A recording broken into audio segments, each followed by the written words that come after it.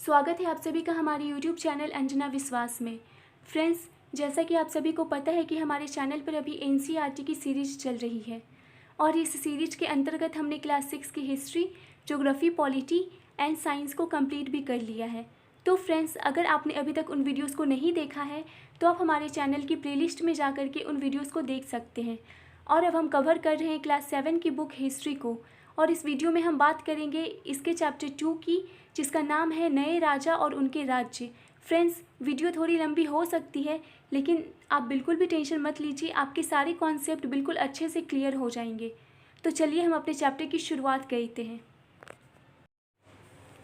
Friends, हम इस chapter को पढ़ना शुरू करें उससे पहले हमारे दिमाग में एक बात बिल्कुल क्लियर होनी चाहिए कि इस अध्याय में हम जो भी बातें सीखेंगे वो किस कालखंड के बारे में सीखेंगे।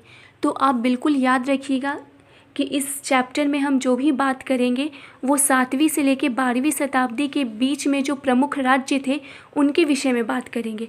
तो ये बात आपके माइंड में बिल्कुल अच्छे से क्लियर होना चाहिए।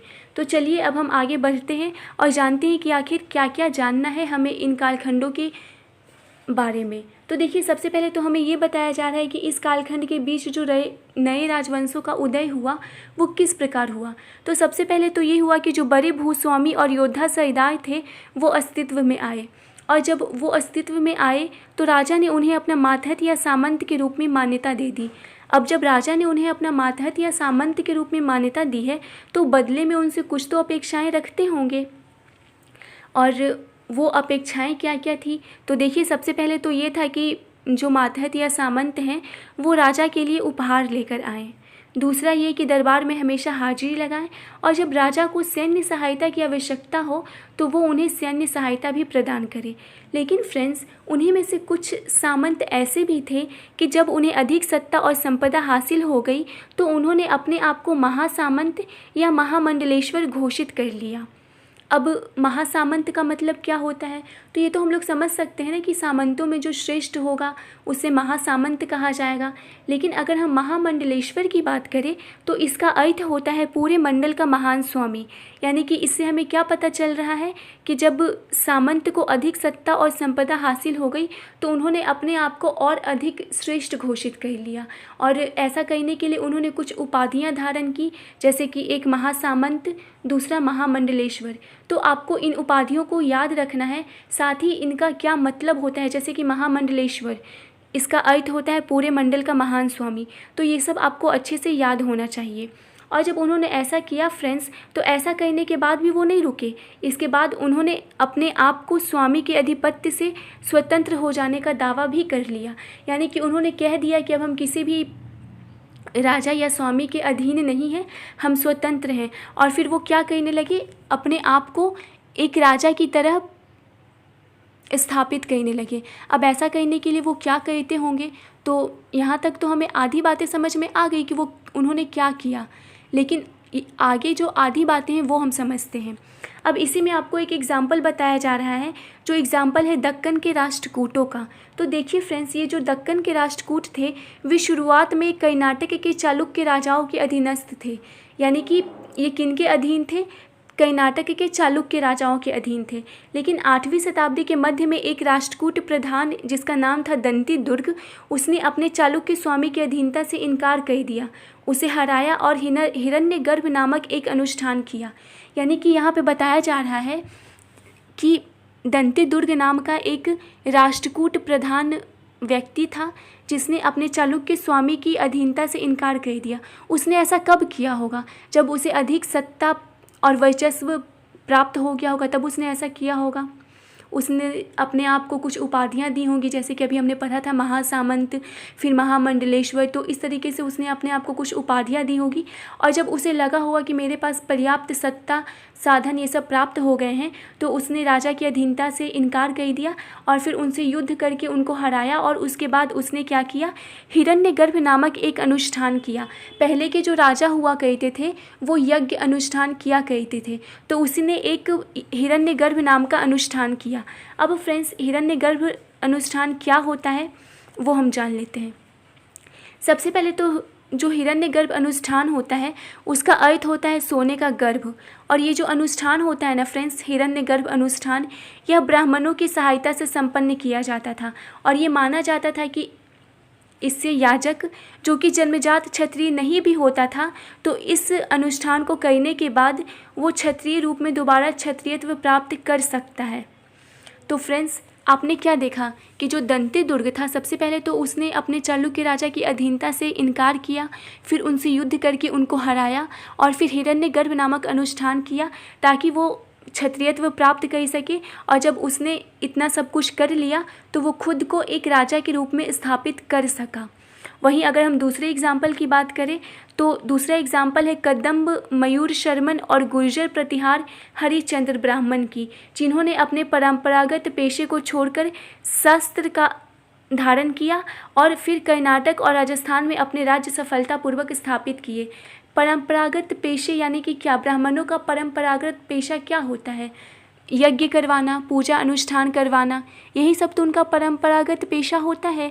तो ये जो मयूर शर्मन और हरिश्चंद्र ब्राह्मण थे, उन्होंने अपने परंपरागत पेशे को छोड़ दिया और शस्त्र को अपना लिया। और शस्त्र अपनाने के बाद उन्होंने क्या किया?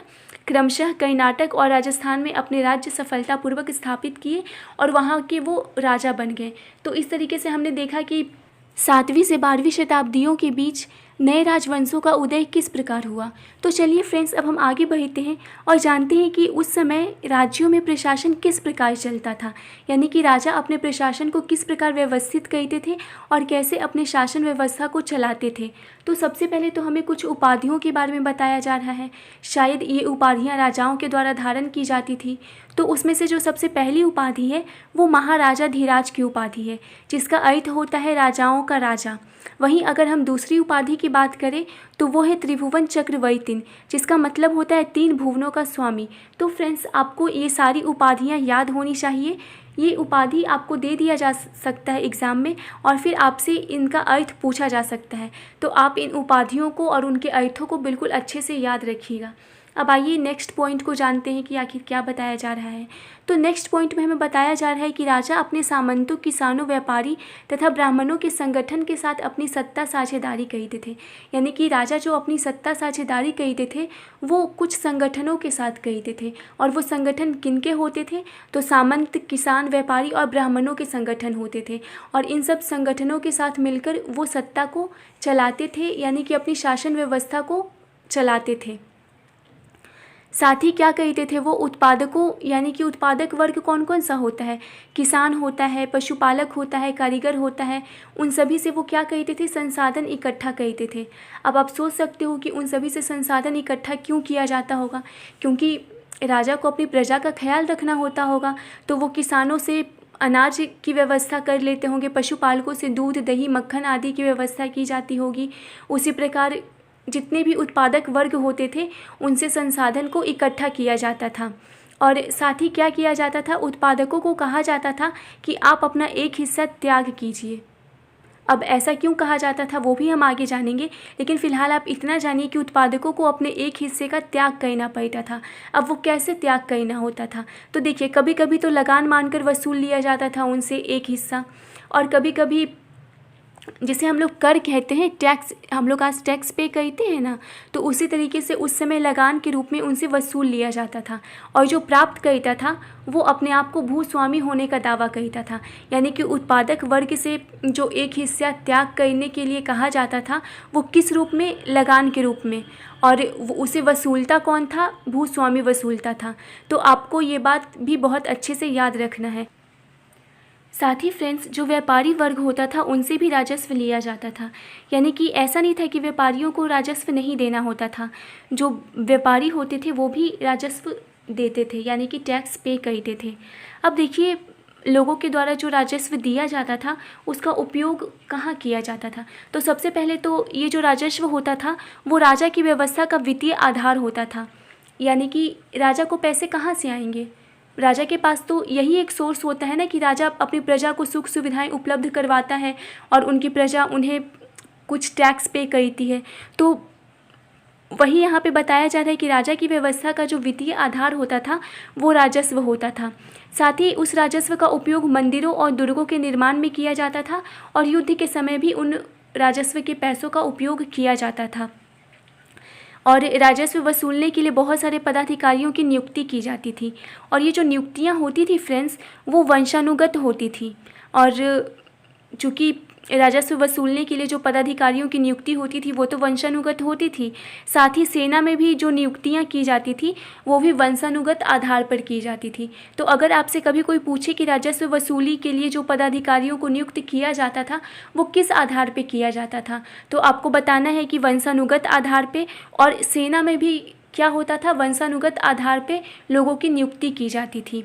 और ज़्यादातर ऐसा होता था कि जो राजा के निकट संबंधी होते थे वही इन ओहदों पे होते थे, यानी कि राजस्व वसूलने के पदाधिकारी के रूप में, तो कभी कभी सेना के रूप में। ज़्यादातर राजा के निकट संबंधी ही इन ओहदों पर होते थे, यानी कि इन पदों पर होते थे।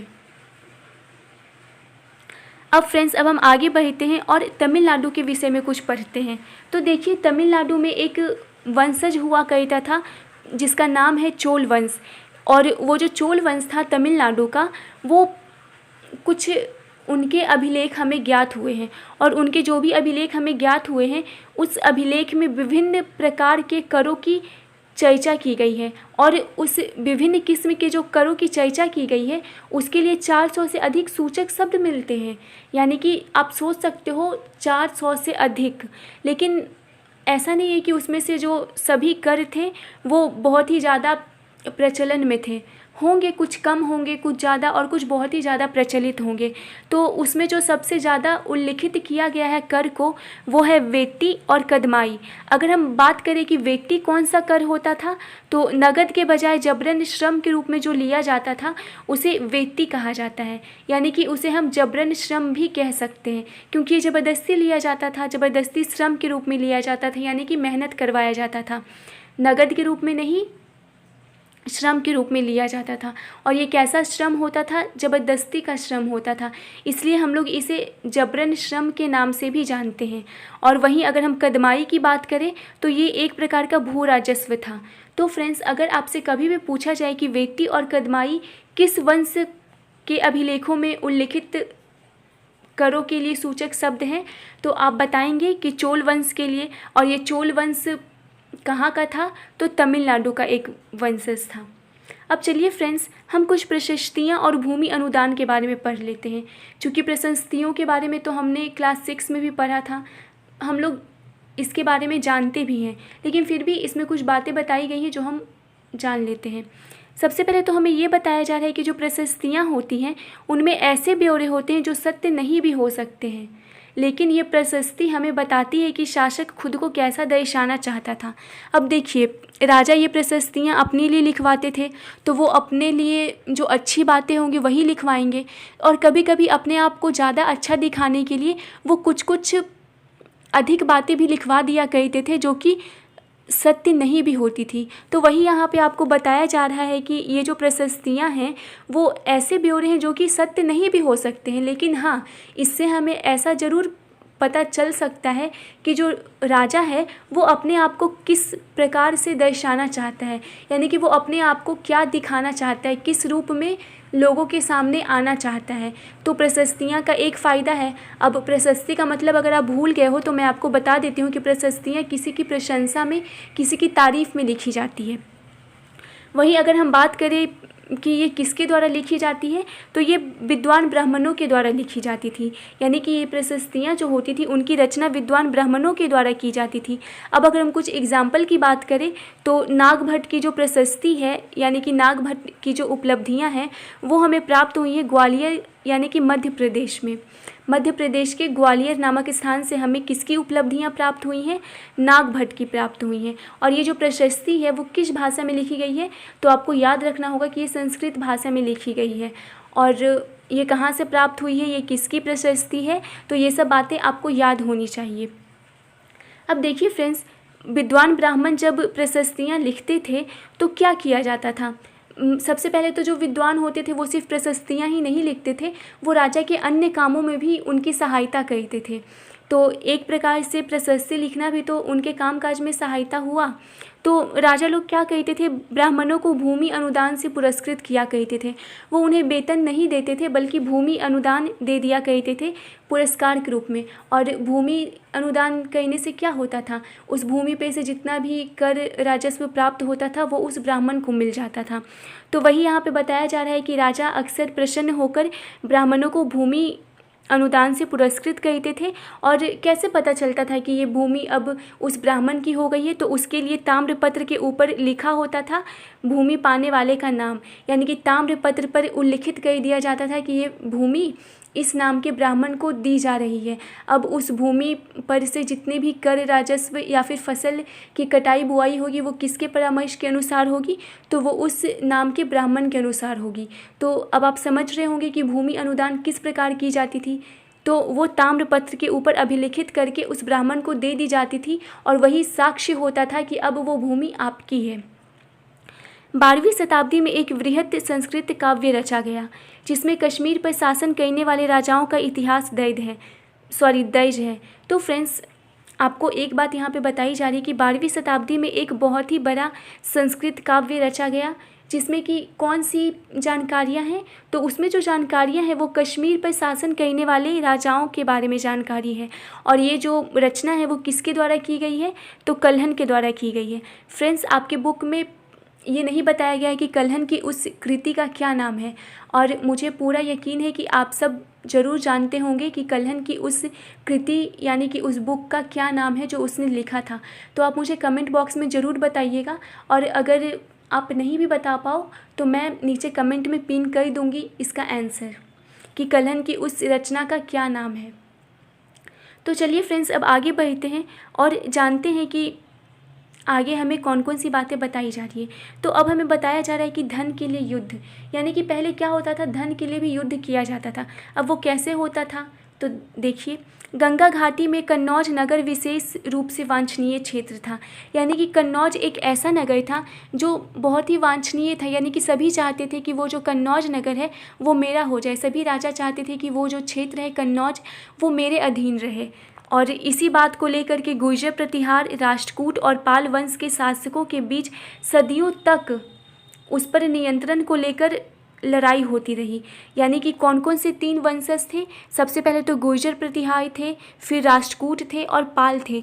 इन तीनों के बीच सदियों तक किस पर नियंत्रण के लिए युद्ध होता रहा, तो कन्नौज पर नियंत्रण के लिए। और चूँकि फ्रेंड्स इस लड़ाई में 3 पक्ष थे, जैसा कि आप सब देख रहे हो, तो इसीलिए इसे त्रिपक्षीय संघर्ष के रूप में जाना गया। और इसकी जो चर्चा मिलती है वो त्रिपक्षीय संघर्ष के रूप में ही चर्चा मिलती है। तो अगर आपसे कभी पूछा जाए कि त्रिपक्षीय संघर्ष में कौन कौन से वंश शामिल थे, तो आप बिल्कुल आसानी से बता सकते हैं कि गुर्जर प्रतिहार, राष्ट्रकूट और पाल वंश त्रिपक्षीय संघर्ष में शामिल थे। अब देखिए फ्रेंड्स, शासकों ने बड़े मंदिरों का निर्माण करवाकर अपनी सत्ता और संसाधनों का प्रदर्शन करने का प्रयास किया। यानी कि शासक अपने आप को शक्तिशाली दिखाने के लिए क्या करते थे, बड़े बड़े मंदिरों का निर्माण करवाते थे और संसाधनों का प्रदर्शन करते थे, जिससे और भी जो अन्य राजा हैं उनके बीच ये पता चल सके कि उन सभी में श्रेष्ठ राजा कौन है। अब उसी में से आगे अब हम जानते हैं कि क्या हुआ। तो देखिए, अफ़गानिस्तान के गजनी का एक सुल्तान था जिसका नाम था महमूद। वो 997 से 1030 तक शासन किया, यानी कि 997 से लेकर 1030 तक अफ़गानिस्तान के गजनी का सुल्तान महमूद ने शासन किया। और उसने अपने नियंत्रण का जो विस्तार था वो मध्य एशिया के भागों तक भी किया, जैसे कि ईरान में किया, और साथ ही उसने उपमहाद्वीप के उत्तर पश्चिमी हिस्से तक भी अपने क्षेत्र का विस्तार किया। उपमहाद्वीप, हम लोग भारत को उपमहाद्वीप जानते हैं ना, भारतीय उपमहाद्वीप में बहुत सारे देश आते हैं, भारत, पाकिस्तान, अफ़गानिस्तान, इस तरीके के देश आते हैं। उस टाइम तो सब एक ही थे। तो वही यहाँ पे बताया जा रहा है कि अफ़गानिस्तान के गजनी का जो सुल्तान था महमूद, उसने अपने नियंत्रण का विस्तार करने के लिए मध्य एशिया के कई भागों जैसे कि ईरान और उपमहाद्वीप के उत्तर पश्चिमी हिस्से तक अपने क्षेत्र को विस्तारित किया। और वो क्या करता था, वो हर वर्ष उपमहाद्वीप पर हमला करता था। और वो क्यों हमला करता था, तो देखिए फ्रेंड्स, हमले के पीछे का कारण था संपन्न मंदिर यानी कि वो संपन्न मंदिरों को लूटना चाहता था। क्योंकि अभी हमने पढ़ा है कि जो राजा होते थे वो अपनी शक्ति का प्रदर्शन मंदिर बनवा कर किया करते थे, अपने संसाधनों का प्रदर्शन करके किया करते थे। तो वो जो शासक था महमूद, उसने मंदिरों को निशाना बनाया ताकि वो उसे लूटे। और उसमें से जो सबसे प्रसिद्ध मंदिर था सोमनाथ, जो कि गुजरात में स्थित है, वो भी शामिल था। यानी कि उसने गुजरात के सोमनाथ मंदिर पर भी आक्रमण किया और वहाँ से बहुत सारा धन लूटा। और उसने जो धन लूटा फ्रेंड्स, उसका बहुत बड़ा हिस्सा उसने गजनी में एक वैभवशाली राजधानी के निर्माण करने में खर्च किया। तो फ्रेंड्स आप समझ सकते हो कि उसका निशाना मंदिर क्यों होते थे। वो वहाँ से धन लूटता था और अपने यहाँ ले जा कर के बहुत सारी चीज़ों में व्यय करता था। उसी में से एक बताया जा रहा है कि उसने वैभवशाली राजधानी के निर्माण में पैसों का खर्च किया। अब देखिए फ्रेंड्स, सुल्तान महमूद जो था वो तो मंदिरों को लूटता था, धन एकत्रित करता था, लेकिन साथ ही साथ उसकी जो रुचि थी वो ये भी थी कि वो अपने द्वारा जीते गए लोगों के बारे में कई बातें जानना चाहता था। इसलिए उसने क्या किया, अलबरूनी नाम के एक विद्वान को भेजा इस उपमहाद्वीप का लेखा जोखा लिखने के लिए। और वो जो अलबरूनी विद्वान था उसने अरबी भाषा में एक कृति लिखी जिसका नाम था किताब अल हिंद। और ये जो किताब उसने लिखी है जिसका नाम है किताब अल हिंद, वो संस्कृत के विद्वानों के परामर्श से लिखी है। तो फ्रेंड्स यहाँ से आपको एक बात याद रखनी है कि जो किताब अल हिंद की रचना की गई है वो अलबरूनी नामक विद्वान के द्वारा की गई है और उसने अरबी भाषा में इसे लिखा है। और उसे किसने भेजा था इस उपमहाद्वीप का लेखा जोखा लिखने के लिए? सुल्तान महमूद ने। और क्यों भेजा था? क्योंकि वो अपने द्वारा जीते गए लोगों के बारे में कई बातें जानना चाहता था। अब हम आगे बढ़ते हैं और कुछ चहमान राजाओं के बारे में जानते हैं। तो देखिए फ्रेंड्स, ये जो चौहान थे वो दिल्ली और अजमेर के आसपास के क्षेत्र पर शासन करते थे। उन्होंने पश्चिम और पूर्व की ओर अपने नियंत्रण क्षेत्र का विस्तार करना चाहा था और उन्हें गुजरात के चालुक्यों और पश्चिमी उत्तर प्रदेश के घरवालों से टक्कर लेनी पड़ी। चूँकि आप यहाँ पे पढ़ ही रहे हो कि ये दिल्ली और अजमेर के आसपास के क्षेत्र पर शासन करते थे, लेकिन वो चाहते थे कि वो अपने नियंत्रण क्षेत्र का विस्तार करें पश्चिम और पूर्व की ओर। और ऐसा करने के लिए उन्हें गुजरात के चालुक्य और पश्चिमी उत्तर प्रदेश के घरवालों से टक्कर लेनी पड़ी, यानी कि युद्ध करना पड़ा उनसे। और ये जो चहमान राजाओं की हम बात कर रहे हैं उनमें से एक सबसे प्रसिद्ध शासक हुआ कहते थे पृथ्वीराज तृतीय, जिनके बारे में हम सभी जानते हैं। और ये जो पृथ्वीराज तृतीय थे उन्होंने 1168 से 1192 तक शासन किया था। लेकिन उन्होंने जब सुल्तान महमूद गौरी नाम के अफ़गान शासक से युद्ध किया तो 1191 में पृथ्वीराज तृतीय ने अफ़गान शासक जिसका नाम था महमूद गौरी उसको इन्होंने हरा दिया। लेकिन जब अगले वर्ष फिर उनसे लड़ाई की गई 1192 में तो पृथ्वीराज तृतीय उनसे हार गए। तो फ्रेंड्स, हमको पृथ्वीराज तृतीय के बारे में ये जो जानकारी प्राप्त हुई है यहाँ से वो बिल्कुल अच्छे से याद रखनी चाहिए। क्यों? क्योंकि ये बहुत सारे एग्ज़ाम्स में पूछा गया है और ये बहुत ही प्रसिद्ध राजा थे, तो आगे भी एग्ज़ाम में आपसे पूछा जा सकता है। आपको ये याद रखना है कि जो चहमान के सबसे प्रसिद्ध राजा पृथ्वीराज तृतीय थे उन्होंने 1191 में महमूद गौरी नाम के अफ़गान शासक को हराया था, लेकिन दूसरे ही साल 1192 में ये महमूद गौरी से हार गए थे। अब देखिए यहाँ पे जो सुल्तान शब्द का प्रयोग किया गया है वो अरबी भाषा का एक शब्द है जिसका मतलब होता है शासक, यानी कि सुल्तान का अर्थ होता है शासक। यानी कि हम लोग जिसे शासक कहते हैं ना अरबी भाषा में उसे सुल्तान कहा जाता है। अब आइए हम लोग चोल वंश के बारे में पढ़ते हैं। और ये जो चोल राज्य था इसका जो विस्तार था वो उरैयूर से तंजावुर तक था। और अब आप सोच रहे होंगे कि ये जो चोल वंश था वो सत्ता में कैसे आया। तो देखिए, हमने तो इसके पहले पढ़ा था कि लोग सत्ता में कैसे आते थे, लेकिन चोल वंश कैसे सत्ता में आया उसके बारे में हम जानते हैं। इसकी भी कहानी उसी कहानी से मिलेगी जैसे हमने इस अध्याय की शुरुआत में ही पढ़ा था कि नए राजवंश सत्ता में कैसे आए। तो आइए हम लोग जानते हैं चोल वंश के बारे में और फिर हम दोनों के बीच मिलाकर देखेंगे कि आखिर क्या इन्होंने वही रणनीति अपनाई थी जो कि हमने ऊपर पढ़ रखा है। तो आइए जानते हैं। सबसे पहले तो आपको बताया जा रहा है कि कावेरी डेल्टा में मुठियार नाम से प्रसिद्ध एक छोटी सी मुखिया परिवार की सत्ता थी और वो जो सत्ता थी वो कांचीपुरम पल्लव राजाओं के मातहत थे। देखिए वही बात हो गई ना, ये कौन से राजाओं के मातहत थे? कांचीपुरम के पल्लव राजाओं के मातहत थे। और उरैयार के चोल वंश के प्राचीन मुखिया परिवार के विद्यालय ने 9वीं सदी के मध्य में मुटियारों को हराकर डेल्टा पर कब्जा जमाया। यानी कि कावेरी डेल्टा के जो मुटियार थे वो कांचीपुरम के पल्लव राजाओं के मातहत थे। इतना तो आपको समझ में आ गया ये बात। अब नीचे जो बातें आपको बताई जा रही उसमें कहा जा रहा है कि उरैयार के जो चोल वंश के प्राचीन मुखिया परिवार थे उसी में एक व्यक्ति था विजयालय, जिसने 9वीं सदी के मध्य में मुटियारों को हराया और उनको हराने के बाद डेल्टा पर कब्जा कर लिया। और उसने वहाँ तंजावुर शहर और निशुंभ सूदनी देवी का मंदिर बनवाया। जैसा कि हम सभी जानते हैं कि पहले के जो राजा होते थे वो मंदिर का निर्माण क्यों करवाया करते थे, तो वही आपको यहाँ पे बताया जा रहा है कि सबसे पहले तो वो जो चोल वंशी का जो शासक था विजयालय, उसने मुटियारों को हराया और उनको हराकर डेल्टा पर कब्जा कर लिया। और कब्जा करने के बाद तंजावुर शहर को बसाया और साथ ही निशुंभ सूदनी मंदिर का निर्माण भी कराया। तो इस तरीके से आपको ये बातें याद रखनी है। और इसके आगे बताया जा रहा है कि इसके जो उच्च अधिकारी थे उनके द्वारा दक्षिण और उत्तर के पांड्य और पल्लवों के इलाके इस राज्य का हिस्सा बना लिए गए।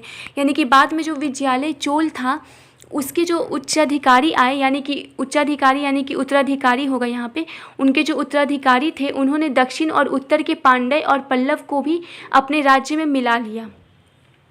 सबसे शक्तिशाली चोल शासक की अगर हम बात करें तो वो था राजराज प्रथम, जो कि सबसे शक्तिशाली चोल शासक था।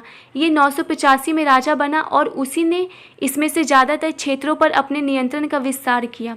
यानी कि जब ये राजा बना तो इसने बहुत सारे क्षेत्रों को अपने क्षेत्र में मिला लिया, यानी कि उस पर नियंत्रण स्थापित करके अपने चोल साम्राज्य में उसे मिला लिया। और साथ ही साम्राज्य के प्रशासन का भी पुनर्गठन किया, यानी कि फिर से उसने अपने राज्य का पुनर्गठन किया। और चूँकि अब उसके क्षेत्र बहुत ही ज़्यादा विस्तृत हो चुके थे तो उसने इस पर नियंत्रण स्थापित करने के लिए बहुत सारे चीज़ों को किया, जिसमें से कि एक था प्रशासन का पुनर्गठन करना। वहीं अगर हम राजराज के पुत्र की बात करें तो उसका नाम था राजेंद्र प्रथम। उसने भी अपने पिता की नीतियों को जारी रखा और उसने क्या किया, गंगा घाटी, श्रीलंका तथा दक्षिण पूर्व एशिया के देशों पर हमला किया और उसे अपने नियंत्रण क्षेत्र में शामिल किया। और इन अभियानों पर विजय हासिल करने के लिए उसने अपनी एक जल सेना भी बनाई थी। तो फ्रेंड्स, इस तरीके से आपको समझ में आ गया होगा कि चोल वंश कैसे शासन में आए। तो अगर मैं आपको एक बार शॉर्ट में बता दूं तो सिंपल सी बात है कि जो चोल वंश का विजयालय नाम का व्यक्ति था उसने मुटियारों को हराकर उनके डेल्टा पर कब्जा करके उन्हें अपने नियंत्रण क्षेत्र में शामिल कर लिया। और फिर उसने वहाँ पर तंजावुर शहर और निशुंभ सूदनी देवी मंदिर का निर्माण किया। और उसके बाद जब उसके उत्तराधिकारी आए तो उन्होंने पांड्य और पल्लवों के इलाकों को हराकर अपने राज्य का हिस्सा बना लिए। और जब राजराज प्रथम राजा बना तो उसने भी बहुत सारे क्षेत्रों को अपने नियंत्रण में लेकर के अपने साम्राज्य का गठन किया नए तरीके से।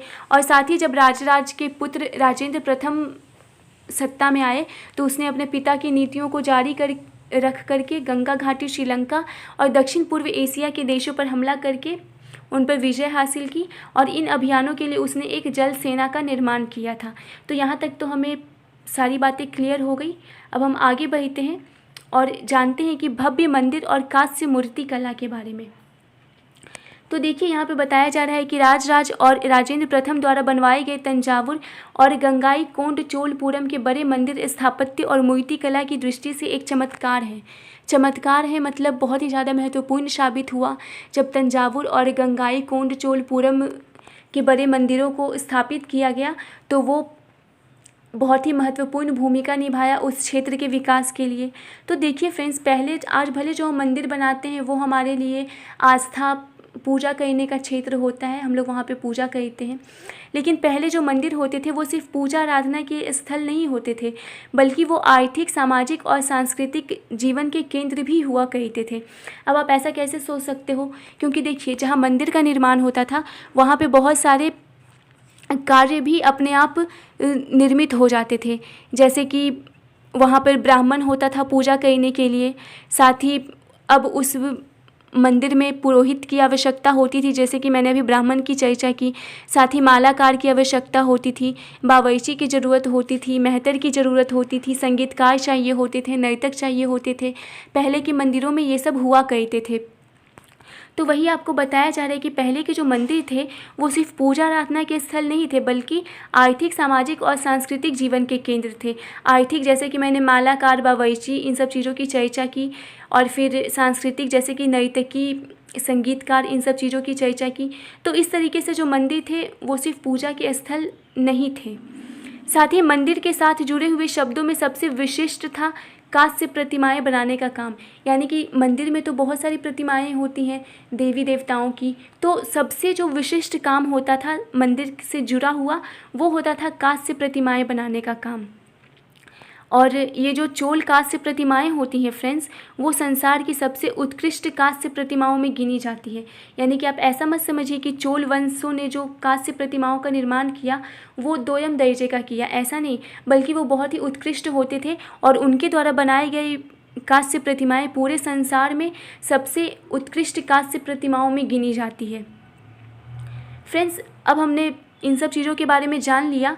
अब हम थोड़ा सा भूमि के प्रकारों के बारे में जान लेते हैं।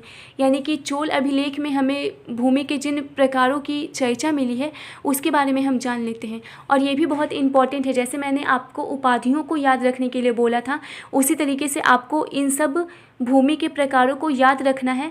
और इनसे आपको सवाल पूछ दिया जा सकता है कि आखिर इस प्रकार की जो भूमि है इसका क्या अर्थ होता है।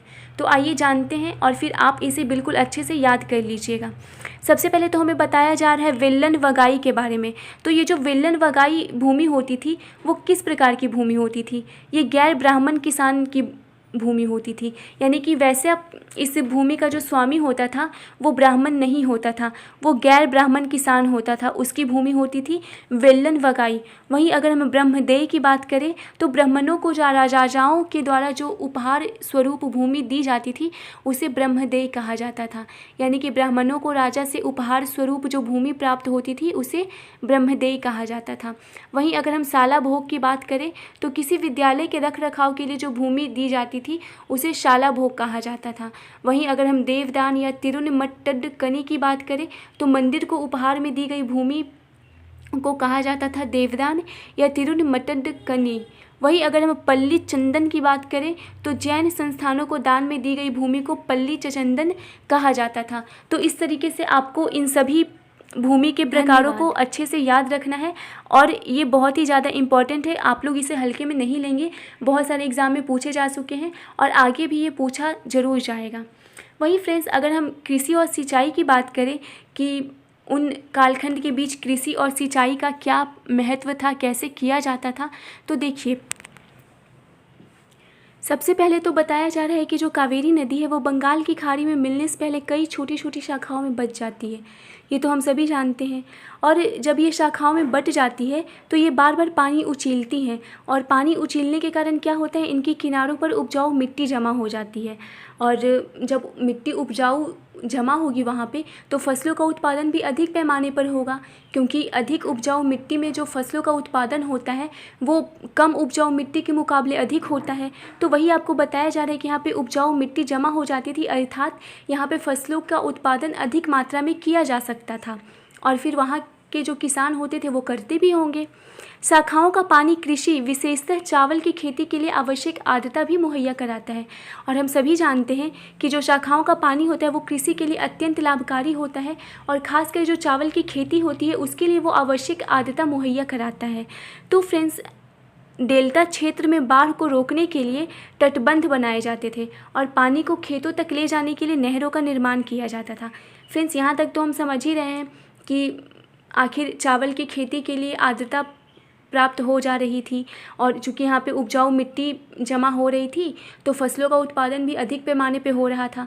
तो इतनी बातें तो हमारे सामने क्लियर है। और रही बात दूसरी बातों, जो कि कभी कभी नदियों से बाढ़ आ जाता है, तो उसके लिए यहाँ पे बताया जा रहा है कि जो डेल्टा क्षेत्र होते थे वहाँ पे बाढ़ को रोकने के लिए तटबंध का निर्माण किया जाता था और तटबंध बना करके पानी को खेतों तक ले जाने के लिए नहरों का निर्माण कर दिया जाता था। तो फ्रेंड्स, इस तरीके से आप समझ सकते हैं कि जो कृषि और सिंचाई व्यवस्था थी उस समय वो बहुत ही अच्छी थी। होंगी कुछ कमियां, हर एक जगह होती हैं तो कुछ कमियां होंगी, लेकिन अभी तक हमने जो जाना उससे हम कह सकते हैं कि सिंचाई और कृषि व्यवस्था बहुत ही अच्छी थी। वहाँ पे बाढ़ को रोकने के लिए तटबंध भी बनाए गए थे और पानी को खेतों तक ले जाने के लिए नहरों का निर्माण भी किया गया था। तो इससे हमने यही निष्कर्ष निकाला है कि कृषि और सिंचाई व्यवस्था बहुत ही अच्छी थी उस समय। और आपको बताया जा रहा है कि कई क्षेत्रों में एक साल में 2 फसलें उगाई जाती थी, यानी कि वहीं कुछ क्षेत्र ऐसे भी थे जो कि साल भर में 2 प्रकार की फसलों को उपजा लिया जाता था। सिंचाई हेतु बहुत सारी पद्धतियाँ अपनाई गई थी, जैसे कि कुएँ खोदे गए, बारिश का पानी इकट्ठा करने के लिए विशाल सरोवर भी बनाए गए। यानी कि इन सब चीज़ों का निर्माण इसलिए किया गया ताकि फसलों को कभी पानी की कमी ना हो। बारिश का पानी इकट्ठा करने के लिए उन्होंने विशाल सरोवर बनाए और साथ ही कुएँ भी खोदे, ताकि गर्मी के मौसम में भी पानी अच्छी तरीके से फसलों को प्राप्त हो सके कुएं और सरोवर के माध्यम से। तो आपको ये सारी बातें ध्यान रखनी है, लेकिन इसका जो हम पढ़ रहे हैं उन सभी बातों का निष्कर्ष आपको बहुत ही अच्छे से ध्यान में रखना है। वहीं फ्रेंड्स, अगर हम बात करें साम्राज्य के प्रशासन की, तो जो साम्राज्य का प्रशासन होता था उसमें तो सबसे पहले हम कुछ बातों को जान लेते हैं कि उसका अर्थ क्या होता है, ताकि हम इस प्रशासन के विषय में अच्छे से जान सके। तो देखिए, सबसे पहले हमें बताया जा रहा है उर, यानी कि उर क्या होता है। तो उर किसानों की बस्तियों को कहा जाता है। वहीं अगर हम नाडू की बात करें तो जो गाँव का समूह होता था उसे नाडू कहा जाता था। तो ये भी आपको याद होना चाहिए। आपसे पूछ लिया जा सकता है कि उर से क्या तात्पर्य है, तो वहाँ आपको बताना होगा कि किसानों की बस्तियाँ। वहीं अगर नाडू के बारे में पूछा जाए तो आपको बताना है कि गाँव का समूह। ग्राम परिषद और नाडू न्याय करने और कर वसूलने जैसे कई प्रशासकीय कार्य करते थे। यानी कि जो ग्राम परिषद होती थी और उनके साथ साथ ये नाडू, जिसका अर्थ होता है गांव के समूह, ये दोनों क्या करते थे, न्याय करने और कर वसूलने में भी प्रशासकीय मदद किया करते थे। वहीं जो विल्लाल जाति के धनी किसान होते थे वो केंद्रीय चोल सरकार की देखरेख में नाडू के कामकाज में अच्छा खासा नियंत्रण हासिल कर लेते थे। यानी कि उन पर, जो नाडू होते थे उन पर किनका नियंत्रण चलता था, तो विल्लाल जाति के धनी किसानों का नियंत्रण चलता था। किसकी मदद से, तो केंद्रीय सरकार की देखरेख से या फिर उसकी मदद से हम कह सकते हैं। उनमें से कई धनी भू स्वामियों को चोल राजाओं ने सम्मान के रूप में कई उपाधियां दी और उन्हें केंद्र में महत्वपूर्ण राजकीय पद सौंपा। ये तो हमने शुरू में ही पढ़ लिया था ना कि जो धनी भूस्वामी होते थे उन सबको राजा अपने सामंत या मातहत के रूप में मान्यता दिया करते थे। तो यहाँ भी वही कहा जा रहा है, आपको बताया जा रहा है कि उनमें से जो बहुत सारे धनी भूस्वामी होते थे उनको चोल राजा सम्मान में बहुत सारी उपाधियाँ दिया करते थे और केंद्र में बहुत ही महत्वपूर्ण राजकीय पद भी सौंप दिया करते थे। उसी में से 2 उपाधियां हैं जो आपको बताया जा रहा है। तो पहला उपाधि है मूवेंद वेलन, जिसका अर्थ होता है 3 राजाओं को अपनी सेवाएं प्रदान करने वाला वेलन या किसान। वहीं अगर हम अरैयार की बात करें तो इसका मतलब होता है प्रधान। तो फ्रेंड्स, इन सब बातों को आपको बिल्कुल अच्छे से याद रखना है। मूवेंद वेलन का मतलब क्या होता है, अरैयार का मतलब क्या होता है, फिर इसके पहले हमने भूमि के प्रकारों के बारे में पढ़ा था, उसका मतलब क्या होता है। साथ ही इसके पहले भी हमने बहुत सारी उपाधियों के बारे में पढ़ा है। फिर उर किसे कहते हैं, नाडू किसे कहते हैं, तो ये सभी बातों का अर्थ आपको पता होना चाहिए। अब देखिए, लास्ट में कुछ इम्पॉर्टेंट बातें हैं जो मुझे लगा आपको जाननी चाहिए, इसलिए मैंने यहाँ पे लिखा है। ब्राह्मणों को समय समय पर भूमि अनुदान या ब्राह्मदेय प्राप्त हुआ। परिणाम स्वरूप कावेरी घाटी और दक्षिण भारत के दूसरे हिस्सों में ढेरों ब्राह्मण बस्तियां अस्तित्व में आई। फ्रेंड्स, अभी हमने ब्रह्मदेय के बारे में जाना था कि राजाओं के द्वारा ब्राह्मणों को जो उपहार स्वरूप भूमि दी जाती थी उसे ब्रह्मदेय कहा जाता था। तो आप समझ सकते हो कि कावेरी घाटी और दक्षिण भारत के दूसरे हिस्सों में ढेरों ब्राह्मण बस्तियां कैसे अस्तित्व में आ गई थी, क्योंकि राजाओं के द्वारा ब्राह्मणों को भूमि अनुदान दिया जाता था। वहीं अगर हम ब्रह्मदेय की देखरेख की बात करें तो प्रत्येक ब्रह्मदेय की जो देखरेख का कार्य होता था वो प्रमुख ब्राह्मण भूस्वामियों की एक सभा के द्वारा किया जाता था और उनके जो निर्णय होते थे वो शिलालेखों में मंदिरों की पत्थर की दीवारों पर ब्यौरेवार दर्ज किए जाते थे। क्या दर्ज किया जाता होगा, यही कि फला जो भूमि है वो इस नाम के ब्राह्मण की है, यही सब तो दर्ज किया जाता होगा। अब देखिए फ्रेंड्स, नगरम नाम का एक व्यापारिक संघ होता है, ये हमने पिछले क्लास की बुक में भी पढ़ा था। तो उसी के बारे में बताया जा रहा है कि नगरम के नाम से ज्ञात जो व्यापारियों का संघ था वो अक्सर शहरों में प्रशासनिक कार्य संपादित करते थे। वहीं अगर हम बात करें तमिलनाडु के चिंगलपुट जिले के उत्तर मेरूर से प्राप्त अभिलेखों की, तो उसमें यह सविस्तार वर्णन किया गया है कि ब्राह्मणों की सभा का संगठन कैसा था।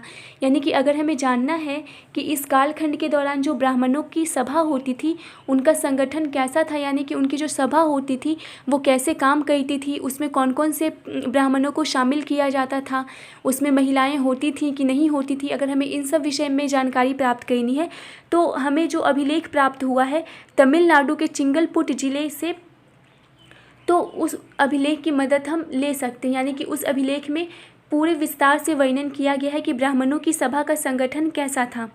वहीं सिंचाई के कामकाज, बाग बगीचों, मंदिरों इत्यादि की देख रेख के लिए सभा में विभिन्न समितियां होती थी।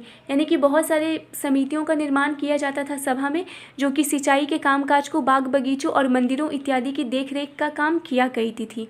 अब देखिए फ्रेंड्स, ये जो समितियां होती थी इनमें सदस्यों को भी लिया जाता था। जो सभा के सदस्य होते थे वही तो काम किया करते थे। तो इन समितियों में सदस्यता के लिए कैसे चुनाव किया जाता था? आज तो हम लोग वोट देते हैं, लेकिन अगर हमें पूछा जाए कि उस समय इन सभा में जो समितियां होती थी उसकी सदस्यता के लिए क्या क्या नियम, कायदे, कानून होते थे, तो वो हम क्या बताएंगे। देखिए, इनमें सदस्यता के लिए जो लोग योग्य होते थे उनके नाम तालपत्र के छोटे टिकट के ऊपर लिखे जाते थे और मिट्टी के बर्तन में रख दिए जाते थे, और किसी छोटे लड़के को हर समिति के लिए एक के बाद एक टिकट निकालने के लिए कहा जाता था। तो फ्रेंड्स, आप समझ सकते हो पहले वोटिंग प्रक्रिया नहीं होती थी। पहले ताल के पत्र यानी कि एक टिकट पे नाम लिख दिया जाता था, जो मतलब योग्य लोग होते थे उनका, और डाल दिया जाता था एक मिट्टी के बर्तन में, और कोई छोटा सा बच्चा को बुलाया जाता था और वो प्रत्येक समिति के लिए एक एक तालपत्रों यानी कि टिकट का चुनाव करती थी, और उस टिकट पे जिस व्यक्ति का नाम होता था उसे उस समिति का सदस्यता प्रदान कर दिया जाता था। तो आप समझ सकते हो कि उस समय चुनाव कैसे होता था। वहीं सबसे लास्ट में एक बहुत ही इम्पॉर्टेंट बात बताई जा रही है जो मुझे लगा आपको पता होना चाहिए, शायद इससे भी क्वेश्चन पूछ दे। तो देखिए, एलोरा की गुफा से जो हमें भित्ति चित्र प्राप्त हुआ है उसमें विष्णु को नरसिंह के रूप में दर्शाया गया है। नरसिंह यानी कि पुरुष सिंह के रूप में दिखाया गया है, और ये जो कृति है वो राष्ट्रकूट काल की है। तो फ्रेंड्स, इसी के साथ हमारा चैप्टर यहाँ समाप्त होता है।